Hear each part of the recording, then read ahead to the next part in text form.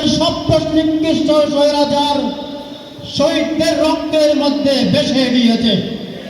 আজকে বাংলাদেশের মানুষ চায় ইসলাম, বাংলাদেশের মানুষ আল্লাহর আইন চায়।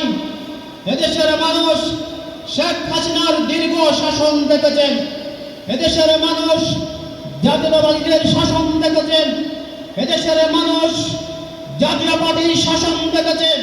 আগামী সংসদ নির্বাচনে আমরা সামনের এগিয়ে যাব ইনশাআল্লাহ। প্রিয় চন্দনাইশবাসী, আমরা সংগঠনের পক্ষ থেকে আজকে আমরা যেই প্রার্থী নিয়ে আজ আপনাদের সামনে হাজির হয়েছেন, যার ইতিমধ্যে চন্দনাইশ